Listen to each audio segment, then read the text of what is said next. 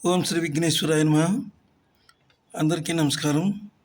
మధుర స్మృతులు కార్యక్రమానికి స్వాగతం.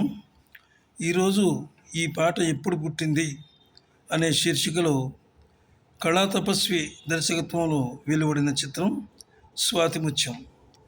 అందులోని పాట సువ్వి సువ్వి సువ్వాలమ్మ సీతాలమ్మ, సువ్వి సువ్వి సువ్వాలమ్మ సీతాలమ్మ. ఈ పాట గురించి సంగీత సాహిత్య విశ్లేషణ చేయడానికి ప్రయత్నం చేస్తాను. ఈ పాట పుట్టి ఇప్పటికి దాదాపు 40 సంవత్సరాలు దాదాపు అయింది. ఈ వీడియో పూర్తిగా చూడండి. మీకు నచ్చితే ఒక లైక్ ఇచ్చి సబ్స్క్రైబ్ చేసి మీ ఫ్రెండ్స్కి షేర్ చేయండి. ఈ పాటను రాసిన వారు విశ్వంబర కావ్య సృష్టికర్త, జ్ఞానపీఠ అవార్డు గ్రహీత డాక్టర్ సి నారాయణ రెడ్డి గారు ఈ పాట రాశారు. ఈ పాటలో నిజంగా రాధిక అలాగే కమల్ హాసన్ ఇద్దరు కూడా చాలా అద్భుతంగా నటించారు దీంట్లో. కానీ వారి యొక్క నటన అన్నీ ఎలా ఉన్నాయి, ఇందులో అంబరాన్ని అంటిందనమాట. ఇక పాట రాసిన వారి గురించి మీకు చెప్పక్కర్లేదు. విశ్వంబర కావ్య సృష్టికర్త, జ్ఞానపీఠ అవార్డు గ్రహీత, legend doctor C Narayana Reddy garu రాశారు.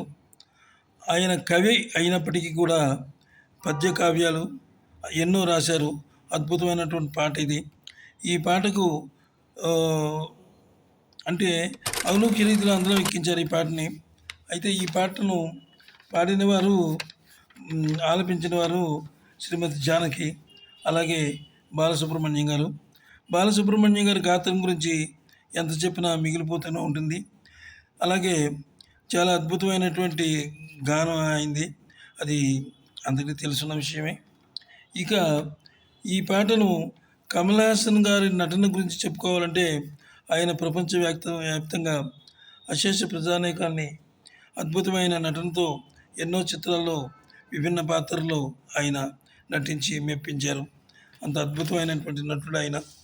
అదేవిధంగా ఇక రాధ గురించి నేను చెప్పాలంటే తన నటనతో ఎన్నో సినిమాల్లో విభిన్న పాత్రలు నటించి తెలుగు ప్రేక్షకులకు దగ్గరైన మంచి నటి ఆమె. చాలా అద్భుతంగా నటించింది.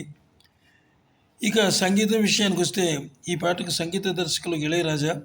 ఆయన్ని విషయజ్ఞాని అని కూడా అంటారు. ఈ పాటకు ఆయన కట్టిన బాణీలు ప్రేక్షకుల హృదయాల్లోకి దూసుకుపోతాయి. చాలా అద్భుతమైనటువంటి బాణీలు కట్టారు. ఈ పాటకు ఆయన ఎంచుకున్నటువంటి రాగం మధ్యమావతి రాగం. మధ్యమావతి రాగంలో ఈ పాటను అద్భుతంగా ఆయన చేశారు. ఈ వీడియో మీకు నచ్చినట్లయితే ఒక లైక్ ఇచ్చి సబ్స్క్రైబ్ చేయండి, మాకు సపోర్ట్ ఇవ్వండి.